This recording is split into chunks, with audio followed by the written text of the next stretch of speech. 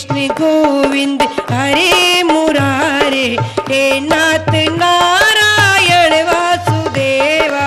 श्री कृष्ण गोविंद हरे मुरारे, हे नाथ नारायण वासुदेवा।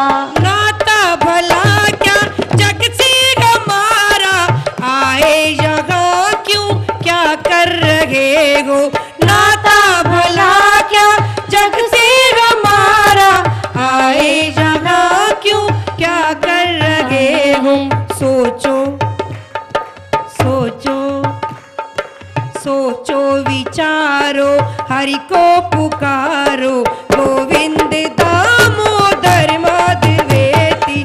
सोचो विचारो, हरि को पुकारो, गोविंद दामोदर माधवेति। श्री कृष्ण गोविंद हरे मुरारे, हे नाथ नारायण वासुदेवा।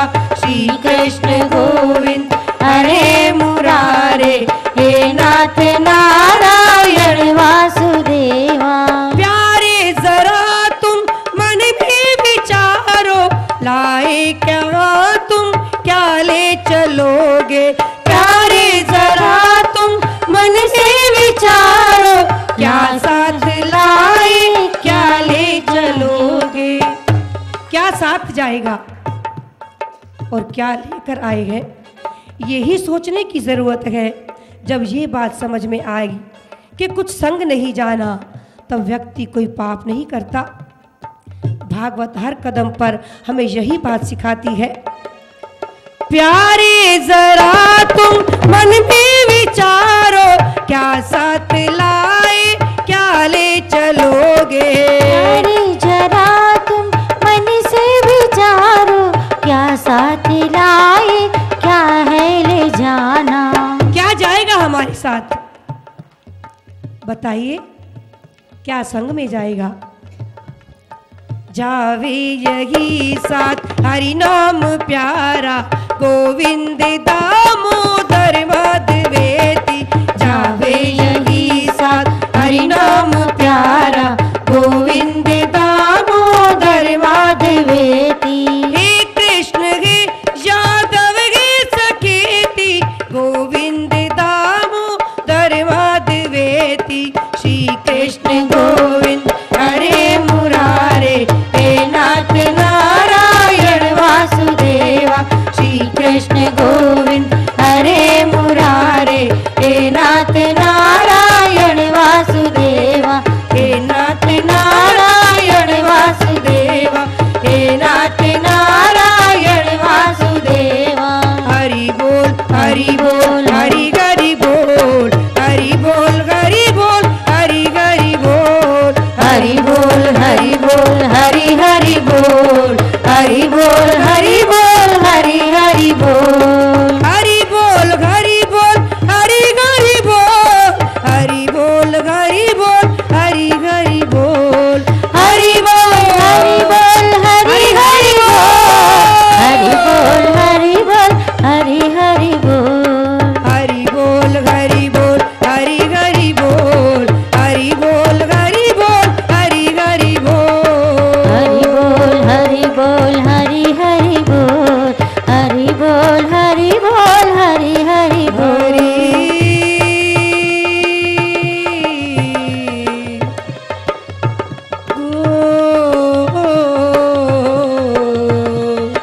हरि बोल हरि बोल हरि बोल हरि हरि बोल। हरि बोल हरि बोल हरि हरि बोल। बोली भागवत महा पुराण की जय। सभी लोग भागवत की जय जयकार जरूर करें, क्योंकि हम जिस निष्ठा से भागवत को सुनने बैठे हैं, अगर हम उसकी जय नहीं करेंगे तो फिर हमारी जय कैसे होगी। हमें जो प्राप्त करना है वो कैसे मिलेगा। बोली भागवत महा पुराण की जय। श्री सुखदेव जी महाराज की, जय। श्री श्री व्यास भगवान की, जय। श्री बाल कृष्ण लाल की जय। हरिओम हरिओम।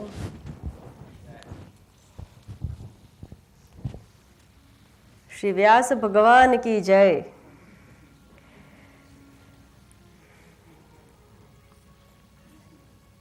એ જ વ્યાસ ભગવાન જેઓએ સમગ્ર વેદનું વિભાજન કર્યું, મહાભારત પુરાણ આદિની બ્રહ્મસૂત્રની પણ રચના કરી, પરંતુ ગરુડ પુરાણમાં શ્રીમદ ભાગવત મહાપુરાણ માટે પુરાણનો ઉલ્લેખ એટલા માટે આપીએ છીએ કે આ કોઈનું મૌલિક નથી, આ સાક્ષાત વેદ અને પુરાણમાં જ લખેલું છે.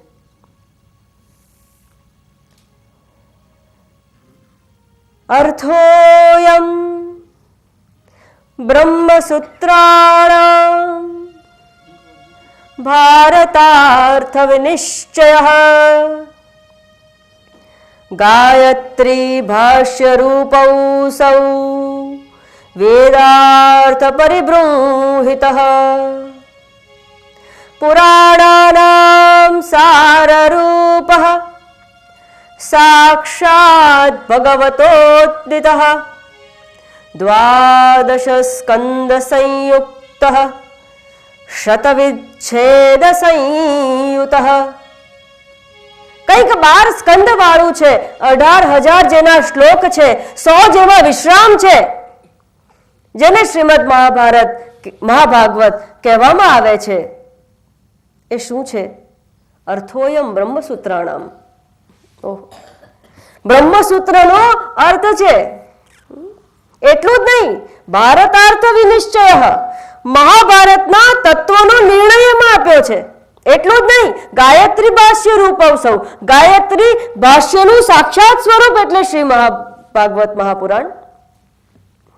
પુરાણના સારરૂપ, સર્વ પુરાણની જે રચના કરી છે એના સારરૂપ ભાગવતજી છે. અને એટલું જ નહીં, સાક્ષાત ભગવતોદિત, સાક્ષાત ભગવાનના જ અવતારથી ઉદિત થયેલું છે, લખાયેલું છે, ગ્રથિત થયેલું છે એ આ શ્રી ભાગવત મહાપુરાણ. આશ્ચર્ય થાય છે. ભગવાન વ્યાસજીએ જે પણ લખ્યું એમાં શંકરાચાર્યજીને ભાષ્યકાર કહેવાય છે. ભગવાન વ્યાસજીએ જે જે રચના કરી એની ઉપર ટીકા લખી, ભાષ્ય લખ્યું. ભગવાન વ્યાસજી રચયિતા છે, પણ તેઓએ એકમાત્ર ભાષ્ય લખ્યું છે, અને એ જે આ ભાષ્ય છે એ ભાગવત મહાપુરાણ છે. તો રચનાની ઉપર ભાષ્ય લખાય. કઈ રચના ઉપરનું આ ભાષ્ય છે? આ સાક્ષાત બ્રહ્મસૂત્રની જે રચના કરી, બ્રહ્મસૂત્ર ઉપરનું સાક્ષાત અક્ષરસહ ભાષ્ય છે. પુરાણ, મહાભારત અને ગીતાના શ્લોકથી ભાગવત મહાપુરાણના શ્લોક ઘણા જુદા પડે છે, પણ બ્રહ્મસૂત્ર અને ભાગવત મહાપુરાણનું અત્યંત સામ્ય છે. આજ એની મહત્તા, ગરિમા. અને જો એવું જ હોય તો સાક્ષાત પરમાત્માના સત્યમ પરમ ધીમહિ, એ પરમાત્માના સચ્ચિદાનંદ સ્વરૂપ સુધી ન પહોંચાડે એવું તો બની જ ન શકે. માટે ભાગવતજી એટલે કથા, માત્ર વાર્તા, માત્ર આખ્યાયિકા, વાતો એવું કહીને શ્રી વ્યાસ ભગવાનની અદ્ભુત કાવ્ય શૈલીને આપણે અપમાનિત તો ન જ કરી શકીએ. ઘણું સુગ્રથિત કરીને, રસમય, રસપ્રદ બનાવીને આપણને આ ભાગવતનું અમૃત પીવડાવવામાં આવે છે. સનત કુમારજી કહે છે નારદજીને કે વૃક્ષ હોય, લતા હોય, ડાળ હોય, પાંદડા હોય, બીજ હોય, પણ એ વૃક્ષનું આસ્વાદન ક્યાંથી મળે છે? તો કે એની અંદર જે ફળ લાગ્યા હોય છે એ ફળની અંદર જ તમે ગ્રાહ્ય શું લાગે છે આખા વૃક્ષમાંથી? ગ્રાહ્ય તો ફળ જ કરી શકાય છે, રસ તો ફળમાં જ હોય છે, આસ્વાદ તો ફળમાં જ હોય છે. આ સમગ્ર વેદાંત છે, સમગ્ર વેદ છે, સમગ્ર ઉપનિષદ છે, સમગ્ર જેટલું જ્ઞાન છે એ બધાનો જ આસ્વાદ જે છે, રસ જે છે, ફળ જે છે એ આ શ્રીમદ ભાગવતજી છે. કારણ કે સાક્ષાત પરમાત્માનો એમાં પ્રવેશ છે, પરમાત્માએ એમનું સાક્ષાત તે જ પ્રસ્થાપિત કર્યું છે, માટે જ આટલું લોકભોગ્ય બની ગયું છે. અને જો લોકભોગ્ય બની જ ગયું છે, આપણા હૃદયમાં પણ આવી જ ગયું છે, એની સ્થાપના આપણે હૃદયમાં કરી જ લીધી છે, તો પછી એના હાર્દ અને સત્વને સમજીને એ પરમ તત્વને કેમ ન પામીએ? સનત કુમારજી નારદજીને કહે છે કે ભાગવતનું મહાત્મ્યનું વર્ણન તો કરી શકાય એમ જ નથી. જે સ્તુત્યાત્મક ની વાત કરી પદની ભાગવતજીમાં, તો પરમાત્માની સ્તુતિ અંગે એવું જ કહી શકાય છે કે હે પરમાત્મા, આપનો વિસ્તાર, આપનો મહિમા એટલો અનંત છે કે આપની સ્તુતિ શક્ય જ નથી, એ જ આપની સ્તુતિ છે.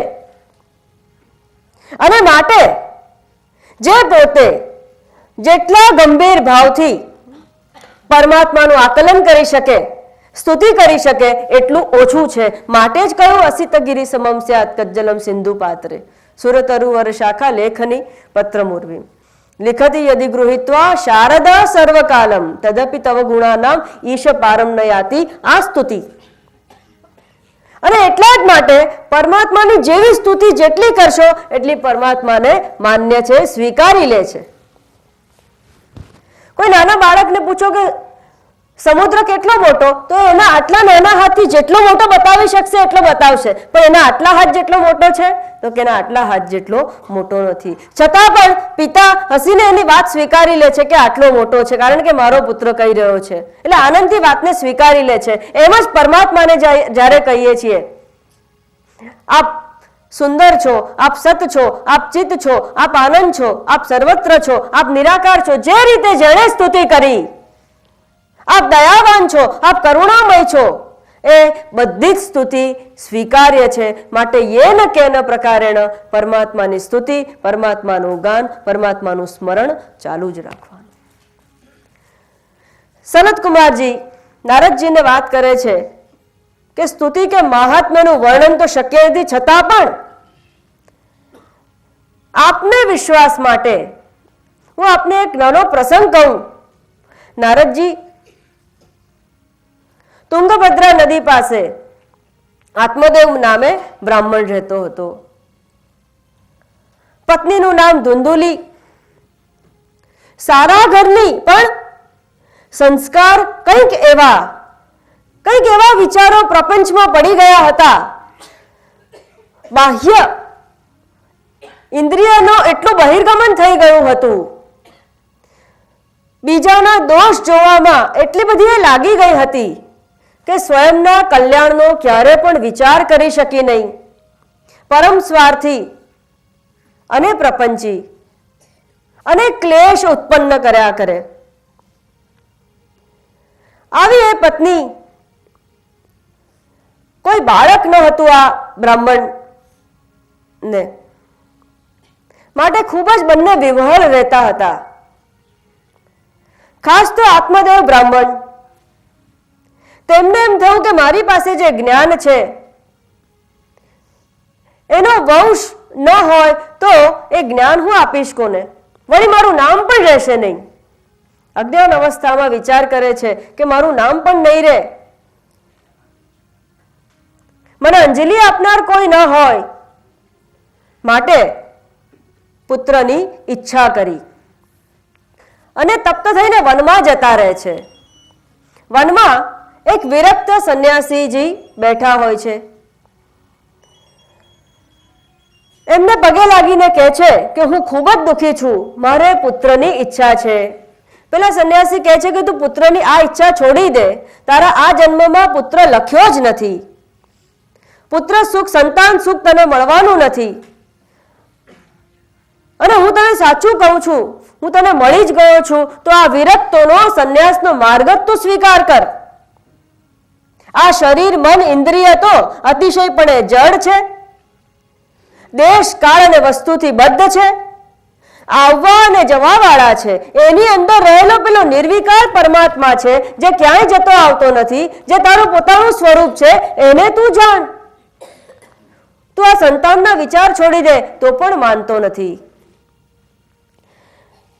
કરુણાવશ એ વિરક્ત મહાત્માએ એક ફળ આપ્યું અને કહ્યું કે તમારી પત્નીને આ ફળ આપી દેજો, પણ એની સાથે અમુક નિયમ પણ બતાવ્યા. આંતર અને બાહ્ય શૌચ, ઉપવાસ અને પરમાત્માનું આરાધન. નિયમો ખૂબ કડક હતા. 1 વર્ષ સુધી એનું પાલન કરવાનું હતું. આવીને પત્નીને ફળ આપીને કહે છે કે જો પુત્ર પ્રાપ્તિની વ્યવસ્થા મેં કરી લીધી છે, તું આ ફળને ગ્રહણ કર. પણ એની સાથે જે નિયમો પાળવાના હતા એ બધા બતાવ્યા. હવે અત્યંત બહિર્મુખી આ ધુંધુલીને એક પણ નિયમ ચાલે એમ ન હતો, કારણ કે મન જ અસ્થિર હતું, મન જ બહાર ભટકતું હતું. એક ક્ષણ માટે પણ મનને, ચિત્તને એકાગ્ર કરીને પરમાત્મામાં ક્યારે પણ સંલગ્ન નહોતું કર્યું, એટલે કંઈક અઘરું લાગ્યું. વળી ચિંતા કરે છે કે પ્રસવની પીડા પણ મારાથી સહન નહીં થશે અને હું આ બાળકના ઉછેરમાં રચી-પચી રહું તો મારું ધન જે છે એ મારા બીજા સગાવાલા ક્યાંક લઈ જશે. આ બધી ચિંતા કરવા લાગી. અને જેવી ધુંધુલી એવી જ એની બહેન એની સાથે કઈ મસલત કરી અને કહ્યું કે બહેન તું ચિંતા નહીં કર, મારું સંતાન, મારો પુત્ર જે પણ થશે હું તને આપી દઈશ. તું ખાલી થોડો વખત ઢોંગ કર કે તને પુત્ર થવાનો છે, તું ગર્ભાવસ્થામાં છે એવો ખાલી તું એવી રીતે રહેજે. પણ આ ફળનું શું કરું? તો આ ફળ ગાય જે હોય છે આંગણામાં, ગાયને એ ફળ આપી દીધું. મન તો શુદ્ધ હોય. મનની અંદરની આપણી અંદર ત્રિગુણાત્મિકા માયા છે. ત્રિગુણાત્મિકા માયામાંથી જે આપણી ઉત્પત્તિ થઈ છે, માટે સત્વગુણ પ્રધાન જે માયા જે છે, જે સત્વગુણ જે છે, જે પુણ્ય છે, એ કોઈ પણ પ્રકારની ઈચ્છા કરતું નથી. એ સત્વગુણ જ્યારે ઉદય થાય છે ત્યારે ઈચ્છા નથી થતી. રજસ ગુણ ઉત્પન્ન થાય છે આત્મદેવમાં, ત્યારે ઈચ્છા થાય છે. ઈચ્છા થાય છે અને વિરક્ત સંન્યાસી પાસે જાય છે. પણ વિરક્ત સંન્યાસી જે કહે છે રજોગુણ એટલો પ્રબળ હોય છે, માટે એનું કશું પણ માનતા નથી. માટે જ્યારે સત્સંગમાં આવો કે સંન્યાસીના સંપર્કમાં આવો ત્યારે બને ત્યાં સુધી રજસ અને તમસ ગુણ જો આવ્યો પણ હોય તો પણ એને ટાળો. તમસને રજસથી કાપો, રજસને સત્વગુણથી કાપો. નહીં તો મહાત્મા જે કહેશે એ આપણે એનું માનશું નહીં અને વિપરીત પરિણામ આવશે. કેવું વિપરીત પરિણામ આવ્યું એ આપણે જાણીએ. એ આત્મદેવ જ્યારે પરમાત્મામાં સંલગ્ન રહે ત્યારે જે શુદ્ધ સત્વગુણ આપણી અંદર, જ્યારે પરમાત્માનું નામ લેનાર જે સત્વગુણ હોય છે એ સત્વગુણી આપણે જ્યારે ઈચ્છા કરીએ છીએ, 3 પ્રકારની મુખ્ય ઈચ્છા છે: પુત્રેચ્છા, વિત્તેચ્છા અને લોકેચ્છા.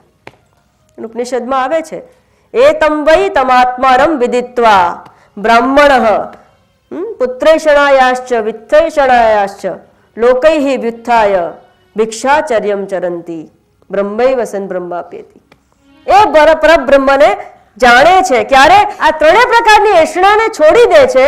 એટલું જ નહીં, ભિક્ષુનો વેશ લઈને વન પ્રતિ ગમન કરે છે, સંન્યાસ આશ્રમ પ્રતિ ગમન કરે છે અને ક્ષત્રિય બ્રહ્મનિષ્ઠના શરણમાં તદ્વિદ્ધિ પ્રણિપાતેન પરિપ્રશ્નેન સેવયા એ જ્ઞાનને પ્રાપ્ત કરે છે. એ આપણી અંદરનો સત્વગુણ. જ્યારે રજસ ગુણ ઉત્પન્ન થાય છે ત્યારે ઈચ્છા કરવા લાગે છે, ત્યારે સજાગ થઈ જવું જોઈએ.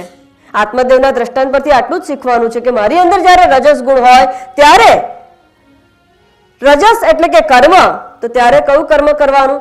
પરમાત્માનું સંકીર્તન, ભજન, શ્રવણ, સત્સંગ, કોઈ પણ પ્રકારનું પરમાત્માનું કર્મ કરતા થઈ જાઓ તો એ રજસ ગુણ જે ઈચ્છાઓ ઉત્પન્ન કરે છે એ ઈચ્છાઓનું ઉપશમન થઈ જશે. પણ આત્મદેવજીના બ્રાહ્મણના જીવનમાં કંઈક વધુ ક્લેશ લખ્યો હશે. એટલે આ તામસિક મન, આ ધુંધુલી એટલે કોણ? ધુંધુલી એટલે પત્ની. પત્ની એટલે આપણી અંદરનો તમસ ગુણ. આ તમસ જે છે એ આ સ્થૂળ શરીર તમસ ગુણમાંથી ઉત્પન્ન થયું. એટલે તમસ